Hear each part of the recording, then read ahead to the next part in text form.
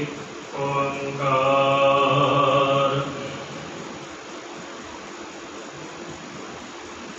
सतनाम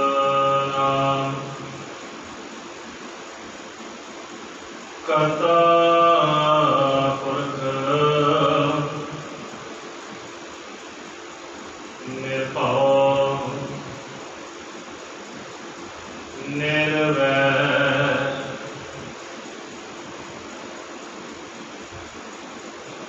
अकाल मूर्त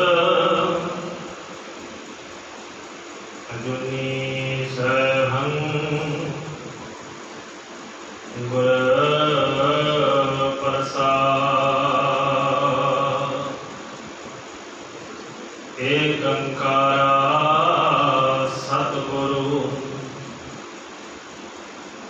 ते प्रसाद सच होए।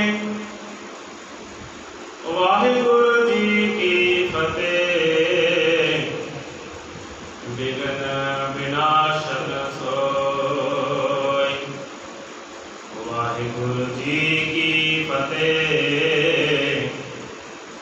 विघ्न विनाशन सोय। सतनाम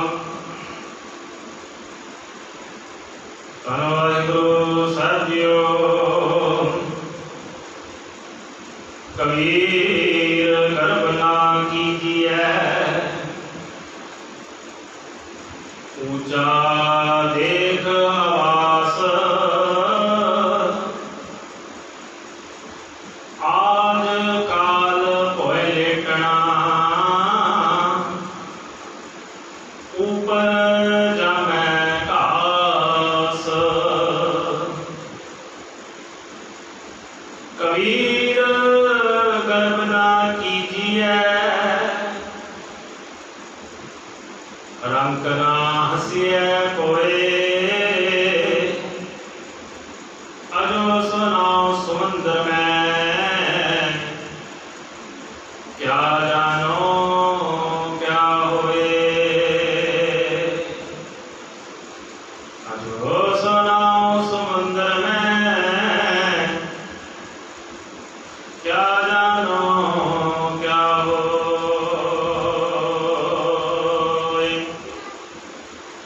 वाहिगुरु जी का खालसा वाहिगुरु जी की फतेह। भवखंडन दुख भंजन स्वामी भगत वत्सल निरंकारे। कोट पराध मिटै खिन भीतर जा गुरमुख नाम समारे। सतगुरु धन धन श्री गुरु ग्रंथ साहिब महाराज के पातशाह जी दी पावन ते पवित्र हजूरी अंदर जुड़ मिल बैठे गुरु प्यारी गुरु सवारी गुरु साध संगत जीओ। आप अतवट भागे हो धनता दे योग हो जो निता प्रतिदी तरह संध्या वेले दे दीवाना दे विच गुरु शब्द दी विचार नाल जुड़ के अपने जीवनां नूं सफला कर रहे हो। जिवें कि लड़ीवार विचार के अनुसार जो भगत कबीर साहब जी के पावन श्लोक की विचारां जो चल रही ने उसके अनुसार आप जी ने जो शब्द श्रवण किया है इस विच भगत कबीर साहब जी दो विचारां दीयां गल्लां करते हैं। दो विचारां साडे समक्ष रखते हैं। पहले तो मनुख के अंदर वो भाव जिहड़ा मनुख नूं अंदरों अंदर ही खाई जाता है। जिवें उदाहरण दे के स्पष्ट करिए कि लोहा जो लोहे की जिहड़ी धात है वो कितनी मजबूत होती है पर उस लोहे नूं भी जदों जंगाल लग जाता है तो उस लोहे तो की जिहड़ी वो ताकत है वो जिहड़ी मजबूती है वो भी खत्म हो जाती है।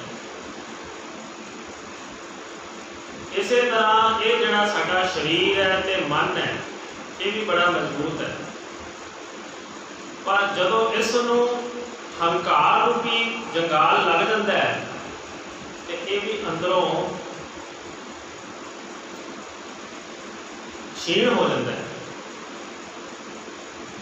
ते आप जी जाणो कि जिहड़ा भी पदार्थ जिहड़ी भी धात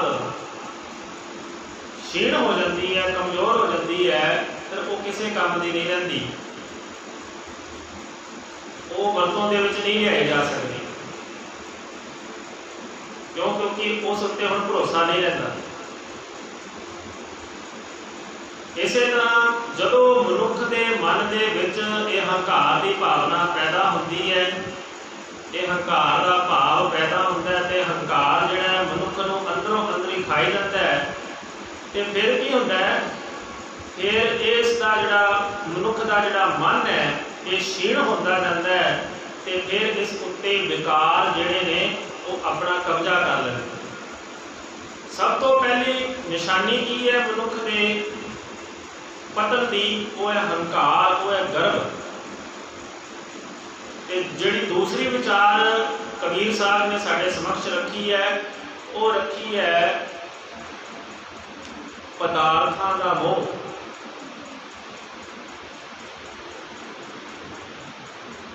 जिस पदार्थां नूं देख देख के साडे मन दे विच मोह पैदा हुंदा है, मन दे विच हंकार की भावना पैदा होती है, वो पदार्थां नूं देख देख के कबीर साहब जी कहते कि ये जिहड़े पदार्थ ने जिन्हां नूं तू देख देख के अपने अंदर मोह की भावना पैदा कर रहा, ये स्थिर नहीं है, इस सदा रहने वाले नहीं है। क्योंकि ये संसार दे विच असीं ये जिन्ने भी पदार्थ देख रहे हैं, बाणी दे विच वचन आउंदे ने कि जेती समग्री देखो रे नर तेती ही छड़ जानी। ये जिन्ने भी असीं समग्री है, जिन्ना भी संसार का असीं पसारा देख रहे हैं, ये सारा कुछ इत्थे ही छड्ड के चले जाना। ताइयों कबीर साहब जी वचन करते हैं कि कबीर गर्व ना कीजिए ऊंचा देख आवास। हे कबीर, गर्व का अर्थ होता हंकार, होमे, मैं की भावना ना कीजिए ऊंचा देख आवास। आवास का अर्थ होता है महलमानियां, घर बार, मलकीयत, जमीन जायदाद, ये सब ये विचार। कबीर साहब जी कहते कि जे तेरे कोल परमात्मा वालों ये बख्शिशा दाता ने, जे तेरे कोल ये बख्शिश होया परमात्मा वालों के तेनों ये पदार्थ मिले ने, पर हंकार की भावना ना लैके। कबीर गर्व ना कीजिए ऊंचा देख आवास। अपने जमीन जायदाद को देख के, घर बार को देख के अपने अंदर हंकार की भावना ना लैके। तो पहला भी वचन कीते ने कि जिहड़ा हंकार है वो मनुख नूं अंदरों अंदर ही खाई जाता है। मनुख भावें किन्ना को धर्मी होवे, किन्ना को पाठ पूजा करने वाला होवे, दान पुण्य करने वाला होवे, पर जे हंकार की भावना लेश मात्र भी मन के विच है तो ये सब कीता कराया निफल हो जाता है। ये एक बहुत स्पष्ट उदाहरण है। सतगुरु धन धन श्री गुरु नानक देव महाराज सच्चे पातशाह जी का एक अनंत सिख होया भाई गुरी चंद। परमात्मा वालों बख्शिश सी, बड़ी जमीन जायदाद का मालक सी, धनाड़ सी, किसी भी गल की उन्होंने कमी नहीं सी। धनाड़ सी, जमीन जायदाद का मालक सी, पर फिर भी मन दे विच प्रेम भाव रखता सी, दया भावना रखता सी। क्यों? क्योंकि असी देखते हैं कि समाज के विच, संसार के विच जिहदे कोल ज़्यादा पैसा होवे, धन दौलत होवे, उहदे विच दया की भावना घट होंदी। जे वह दया भी करता है तो दिखावे भी नहीं करता। सिर्फ दुनिया को दिखाने वास्ते कि मैं किसी उत्ते दया की। पर दुनी चंद के मन के दया की भावना भी सी, प्रेम की भावना सी। ते गुरु नानक साहब महाराज सच्चे पातशाह जी का सिख सी, मन के बड़ी भावना सी।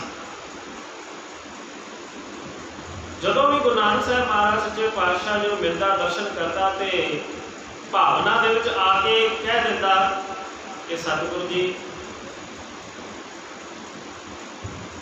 परमात्मा वालों बख्शिया बहुत है, बड़ी जमीन जायदाद मालका धन दौलत मलकीयत मालकी हासिल है। मैं देखदा कि तुसीं जिथे भी जाते हो पैदल जाते हो।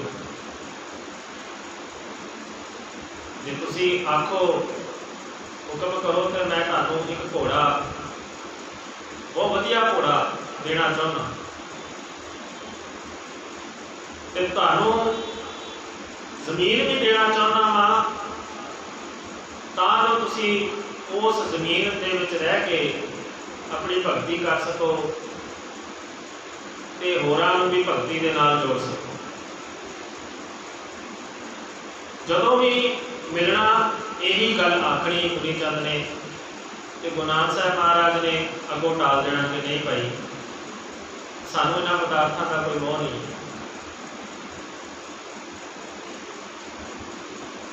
क्योंकि जिन्ना शरीर को असी सुख देना सीख जाते हैं उन्ना ही असी विकारां दे विच खचत होंदे जाते हैं।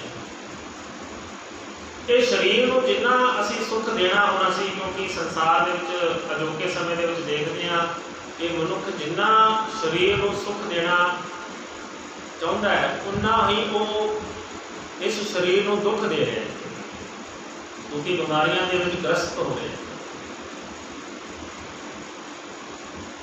पुरातन समय दे विच असी देखते हैं कि अजोके समय दे विच जिहड़ियां बीमारियां जिहड़े रोग के जिहड़े असी नाम सुनते हैं पुरातन समय के असी नाम नहीं सुने होंगे।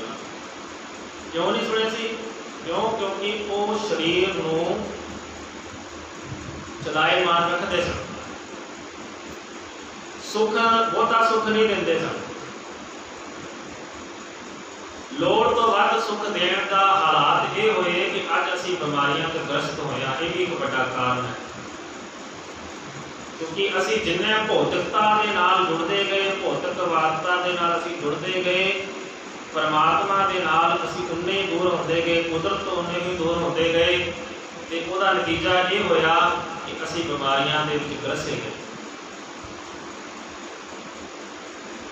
दुख उन्ना ही मिलता गया जिन्ना असी सुख दे कोशिश करते हैं कि शरीर को सुख दईए, उन्ना ही असी दुख के नेड़े जाते। मनुख तो अपने वालों शरीर को सुख देने लिए पदार्थ इकट्ठे करता है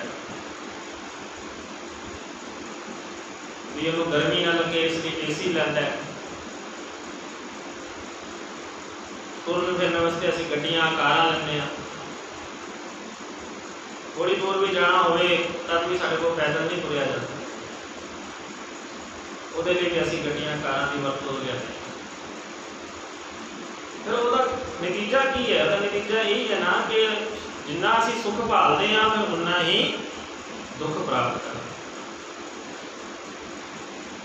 सो गुरु नानक साहब महाराज सच्चे पातशाह जी कहते दुनी चंद के हे दुनी चंद जिन्ना शरीर को सुख देने की सोचेगा ना उन्ना ही दुख प्राप्त होगा।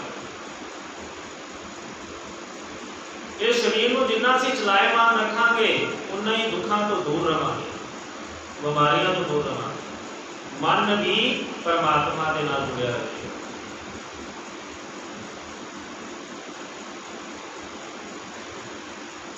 संसार की जिहड़ी सोच है वो ये सोच है कि जिहड़े प्रभु के नाल जुड़े हुए ने, जिहड़े प्रभु के जिहड़े भगत ने, प्रभु के प्यारे ने, वो कोई काम नहीं करते, वो वेलण ने,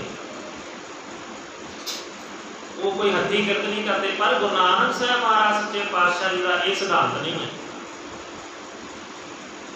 उन्होंने सिद्धांत है कि अपना जिहड़ा कार्य अपना जिहड़ा काम है वो अपने हथी करना है, नाल प्रभु की भगती नाल भी जुड़ते रहना।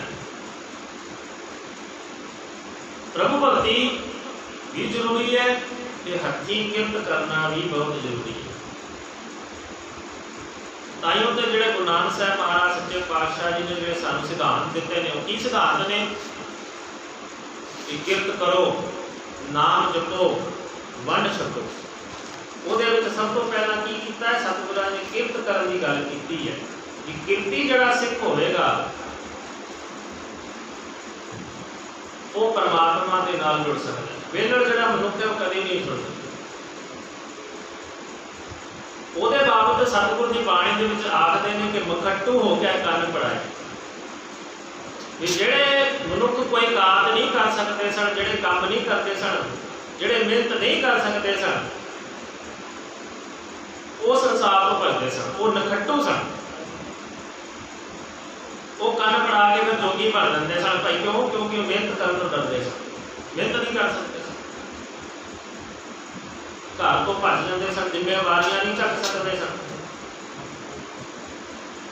इस करके सतगुरु जी दुनी चंद कहते कि हे दुनी चंद, ये जिन्ना भी पदार्थों का मोह है ये मनुख नूं परमात्मा दे नाल तोड़दा है, शरीर को दुखा दे विच ग्रस्त करता है। इस करके जिन्ना हो सके इस शरीर को चलाएमान रखिए ते परमात्मा की भगती में जुड़िए।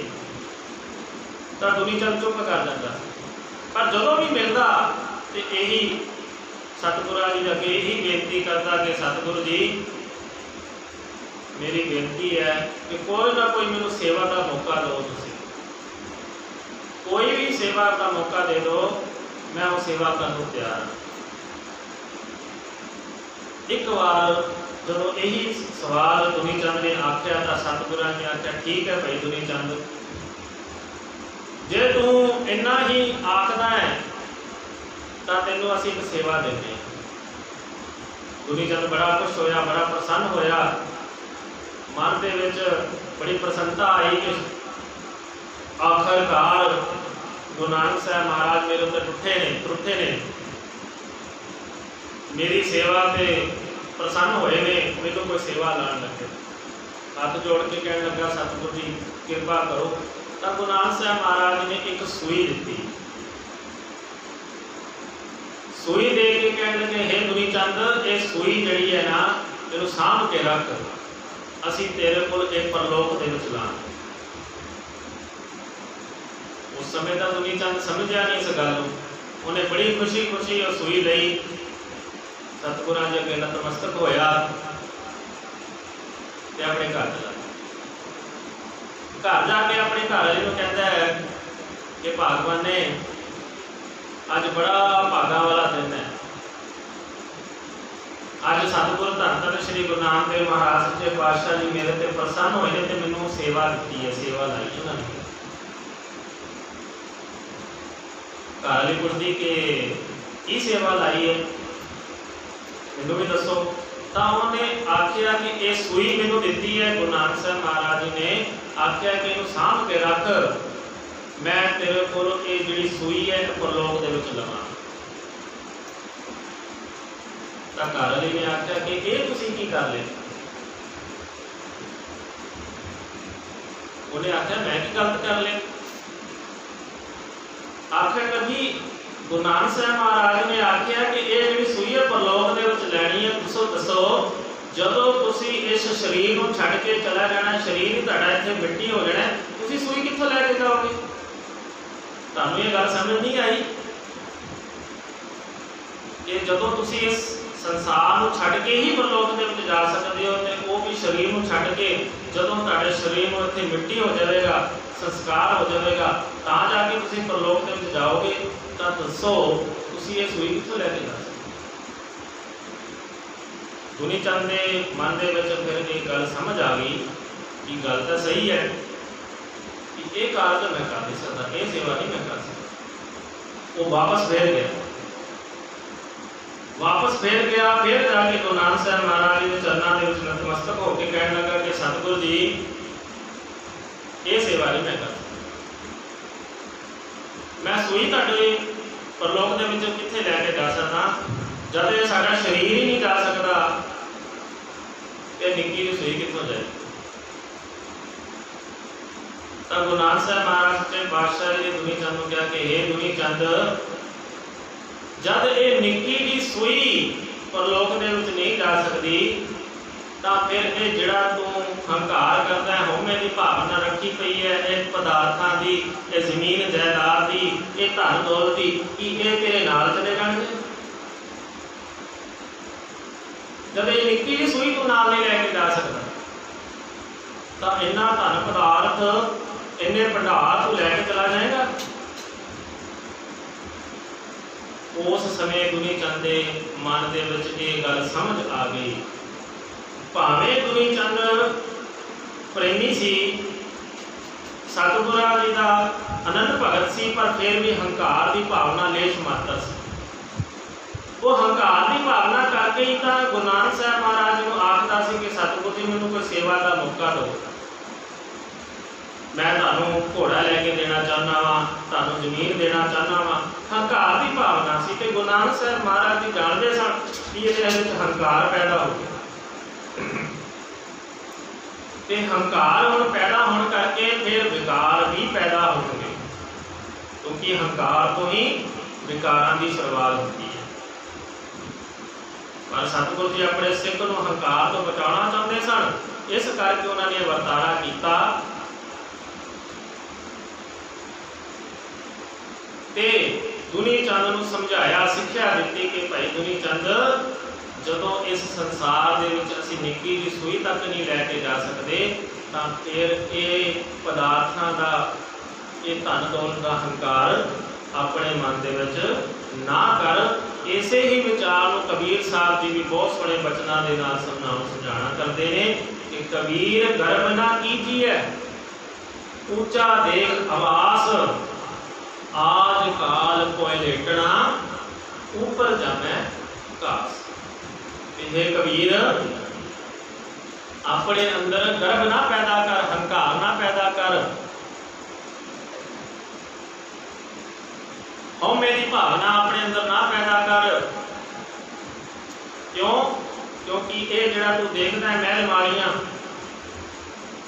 ये जिहड़े तू देखदा है अपनी जमीन जायदाद, उन्हां जमीन जायदाद के करके, महल माड़ियां के करके, घर बार देख के तेरे अंदर जिहड़ा ये हंकार पैदा हो रहा है ना, इनू इत्थे ही त्याग दे। क्यों? क्योंकि आज काल कोई लेटना, क्योंकि भावें अज भावें कल एक ना एक दिन तेनों इस धरती ते लेटना पवेगा।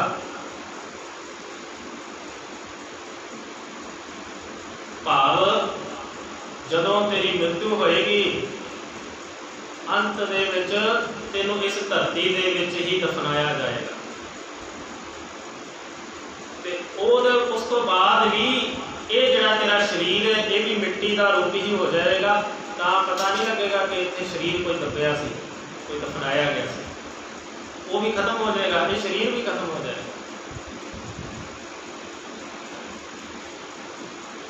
इस करके कबीर साहब जी वचन कर रहे हैं कि आज काल कोई लेटना, ऊपर जामे काश। कहते फिर ये जो शरीर तेरा दफनाया जाएगा तो ऊपर की पैदा हो जाएगी?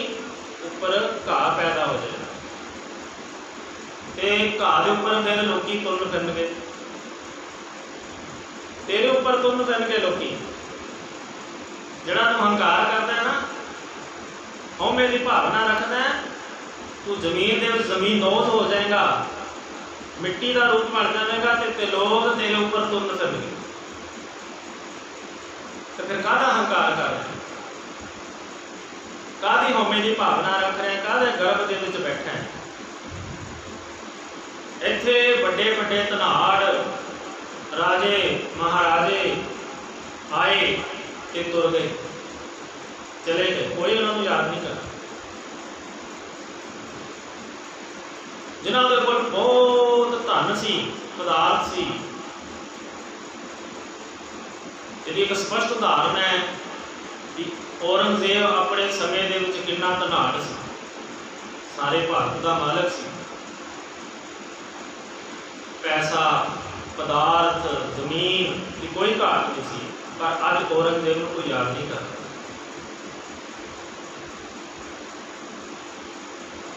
वो कबर से जाके देखो, वो कबर से कोई दीवा बालन वाला भी नहीं। पर दूजे पासे असीं देखते हैं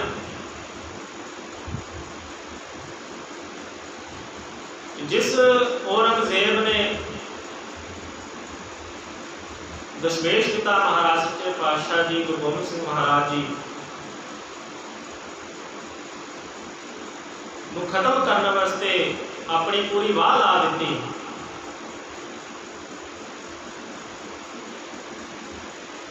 उस सतगुरु धन धन श्री गुरु गोबिंद सिंह महाराज सच्चे पातशाह जी अज सारा संसार जानता है, सारा संसार उन्होंने नाम को पूजता है। क्यों पूजता है? क्यों? क्योंकि वह धनाड़ सन, पैसे के मालक सन, जमीन के मालक सन? नहीं, वो किरदार के मालक सन, उच्चा सुच्चा किरदार से जीवन से उन्होंने।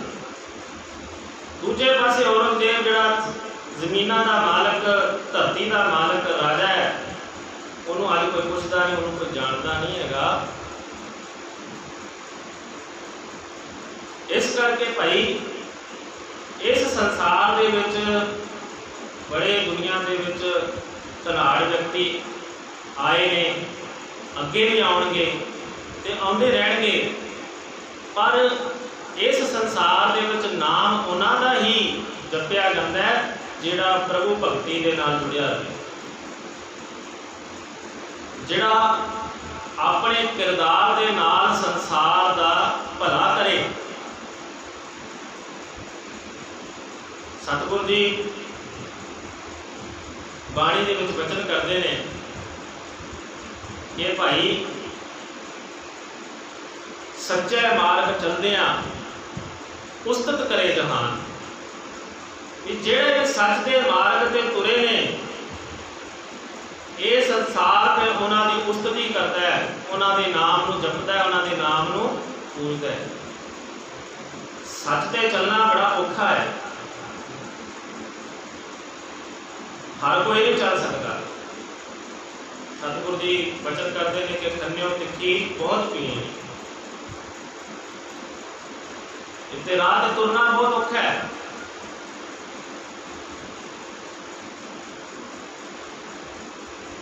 पर जेड़े भी इस राह तुर करते हैं, परमात्मा आप उन्होंने फिर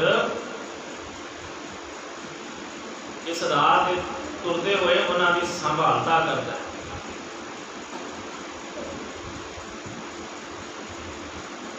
पर एक बार जिहड़ा है सानू कदम जिहड़ा पुटना पवेगा, तां जाके असी परमात्मा के नाम के नाल जुड़ सकते हैं। भाई गुरदास जी अपने कवित के बहुत सोहना लिखते हैं, कहते खाण खाण कहे जिभो न स्वाद मिठो आवे, अगन अगन कहे सीत ना विनाश। भी कोई मनुख कही जाए खंड खंड मिठा मिठा, ते मुंह मिठा नहीं हो सकता। अगन अगन कहे सीत ना विनाश है, कहते अग्नि अग्नि कहण दे नाल, अग अग कहण दे नाल जिहड़ी शीतलता है, जिहड़ी ठंडक है, वो दूर नहीं हो सकती। वैद वैद कहे ना रोग ना मिटत कहो को, कि कोई किसी व्यक्ति में जो कोई बीमारी है, उसी रोग तो ग्रसिया है, तो कई जाए वैद वैद डॉक्टर डॉक्टर, तो वैद वैद कहण दे नाल, डॉक्टर डॉक्टर कहण दे नाल रोग नहीं मिटण वाला। दर्भ दर्भ कहे दर्भे ना विलास है, ते जे कोई व्यक्ति दलिद्र है, जिहदे कोल धन पदार्थ नहीं है, तो वो दर्भ दर्भ माया माया करी जाए, पैसा पैसा करी जाए, तो वो पैसा धनवान नहीं हो सकता, धनाढ़ नहीं हो सकता। भाई गुरदास जी कहते कि जिमें इस तरह मनुख सिर्फ ते सिर्फ अपनी कथनी के नाल ये कार्य करे, करनी ना करे, तो वो मनुख कदे सफल नहीं हो सकता। भाई गुरदास जी कहते गुरमत विच करनी प्रधान है, कथनी नहीं। करनी प्रधान भान बुद्ध आकाश है, कि जिवें भान भान का बंदा सूरज, जिवें सूरज कहते आकाश के विच विद्यमान है, इस तरह ये गल गुरमत के विच स्पष्ट है कि इत्थे करनी प्रधान है, कथनी नहीं। इत्थे करना पवेगा, सिर्फ गल्लां दे नाल नहीं।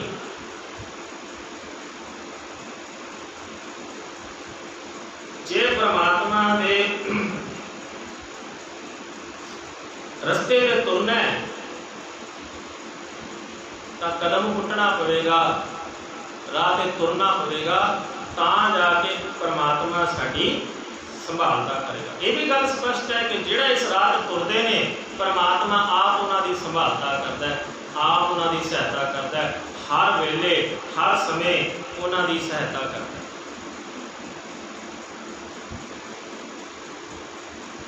भगत भाई गुरदास जी वचन करते हैं भी जिहड़ा परमात्मा दे रस्ते दे उत्ते एक कदम पुट्टदा है ना,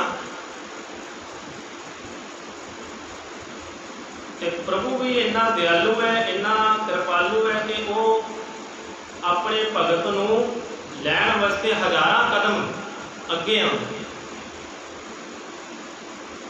परमात्मा की इन्नी शख्सियत दयालता के नाल भरी हुई है कि वो अपने सेवकां नूं, अपने भगतां नूं इन्ना प्रेम करता है। पर गल इत्थे आके मुक जाती है कि असी जिहड़े आ मेहनत नहीं करना चाहते, एक कदम नहीं पुट्टना चाहते। असी चाहते कि सानूं सब कुछ इत्थे ही मिल जाए, बैठे ही मिल जाए। जिवें भाई गुरदास जी ने वचन कर दिते कि खाण खाण कहे जीवन का स्वाद मिठो आवे, अगन अगन कहे शीत न विनाश है, वैद वैद न कहे रोग न मिटत कहो, धर्म धर्म कहे न दरबे न विलास है। भी ये गल्लां करन दे नाल कुछ नहीं होने वाला।